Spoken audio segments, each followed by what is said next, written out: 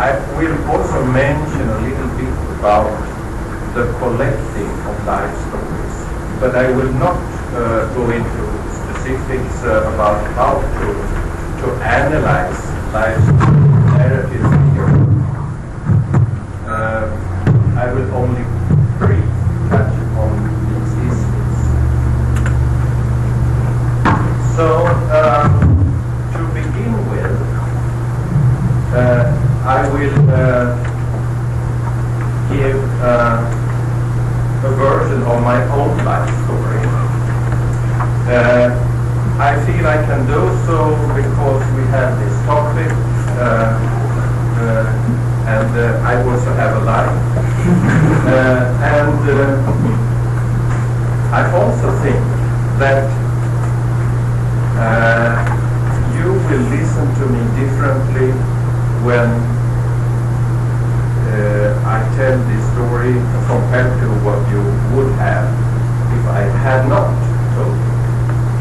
And what is more, I think it enables you as the audience to take a critical stance towards what I say,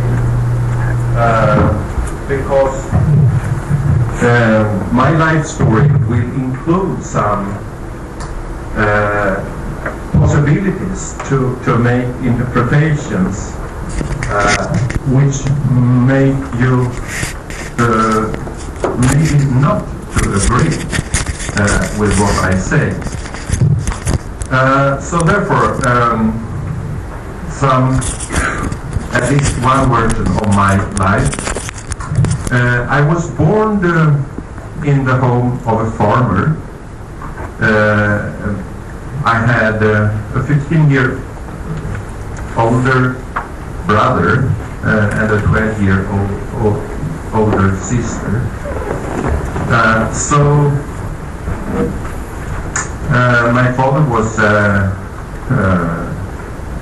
rather old when I was born, and my brother was already, when I was a small child, very skilled in farming.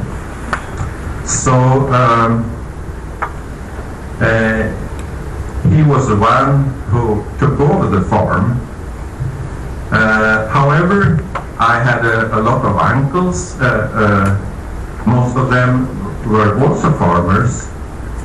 And maybe the one I appreciated the most, I think maybe I was 8 years old or so,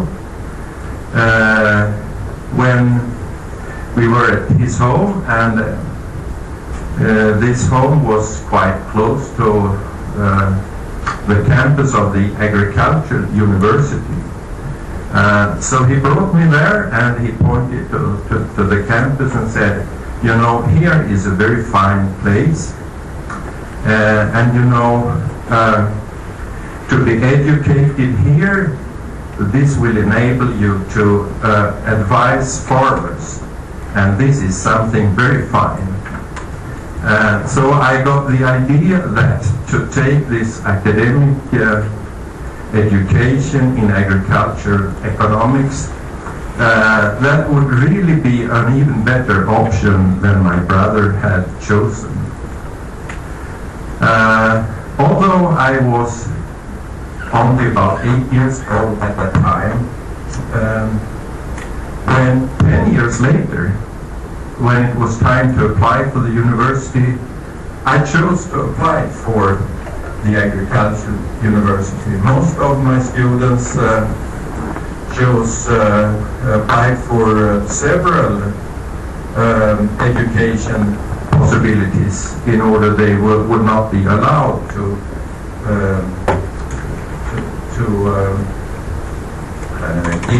have the first choice. However, I had only one choice, and I got the chance to study at the Agricultural University. So I did, and completed this education. During my time at the Agricultural University, I now and then visited some of my cousins who were farmers, and especially one, the son of this uncle. He told me, he asked me several times, now, can you tell me some new findings so that I can improve my farm? And I felt very bad because all the time he asked this question, I realized that so far I had learned very little that really could help to improve his farm.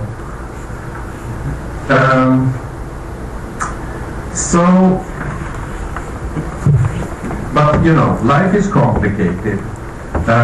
One complication for me was that when I was a young student in Uppsala at that time, I met with a Christian organization, and they were serious about discussing life issues. That is, what is it really that is worth to give your life to? What is really important? Some of the things that came out was that, well, one thing that is maybe more important than any other thing is how you build relationships. Because what is it that will last? Will knowledge last? Maybe not. It will be changed. But relationships, they will last. So that took my heart, and I decided I want to do more about this. So I was involved in that, and instead of, I started some research work at the Agriculture University, but after a while I decided, no, I want to use the whole of my time to this issue, building relationships, working with students with these life issues. I told my boss, and he looked at me, and I sensed the question in the air, are you crazy? Well, however, at that time I was young and did not listen so much to this kind of maybe objections to my choices, so I chose to do this. So I did that for about 8 years, 5 years full time. And having had that experience, after 8 years, I found out that now I have done what I think I can on this in this context, so it's time for me now to take the next step. So then I went back to the Agriculture University and picked up this theme again, how to consult farmers. So I was doing some research about that, but at that time I found out that some of the services I could provide and some of the things I had learned was maybe not really something I could use to help farmers to improve their farms, but there were different kinds of organizations that were interested in what I had to say at that time. So I became a consultant, not to farmers, but to advice-giving organizations mainly. And one of the major clients I had at that time, after a while, they asked me, could you join this firm? This was a big accounting, still is a big accounting firm in Sweden, working with farmers as well as other kind of small businesses. So I joined this company, which means I became a consultant to small businesses as well as taking responsibilities for other consultants. However, after only a couple of years, the president of this company approached me and asked me, you know, our company wants to improve our advice area. What couldn't you do research on this? Would it be possible that you undertake a PhD program and come out with a doctoral thesis? So I was thinking about that for a while and said, okay, this will take me some time, but okay. So I did start with my thesis, which was on advising small business managers.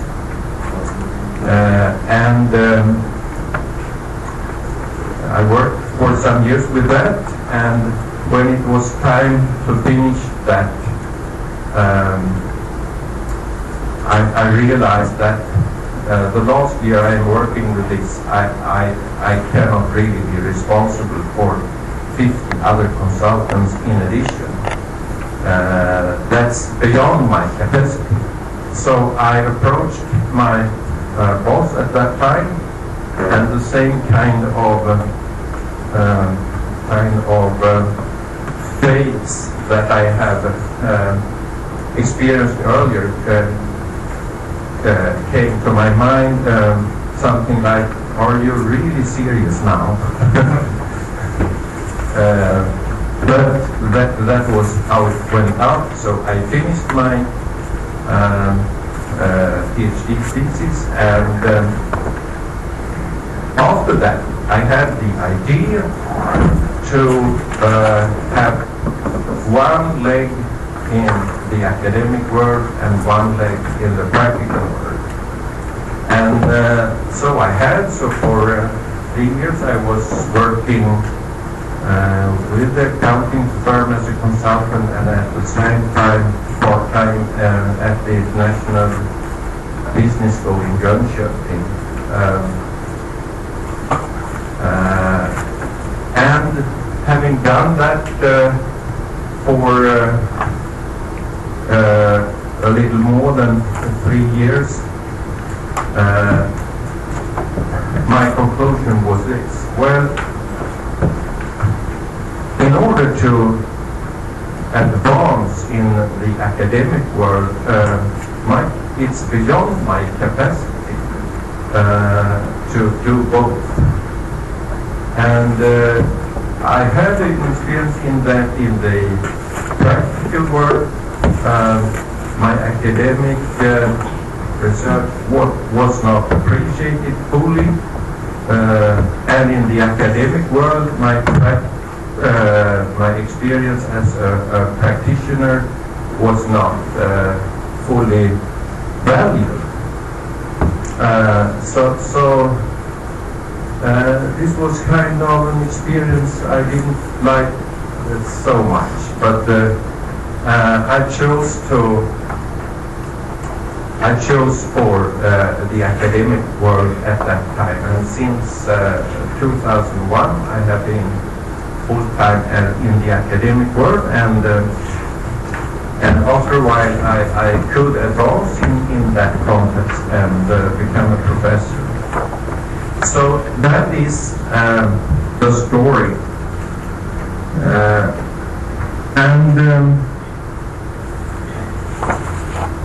How do I go to the next slide here? Is that like just doing this? Yes.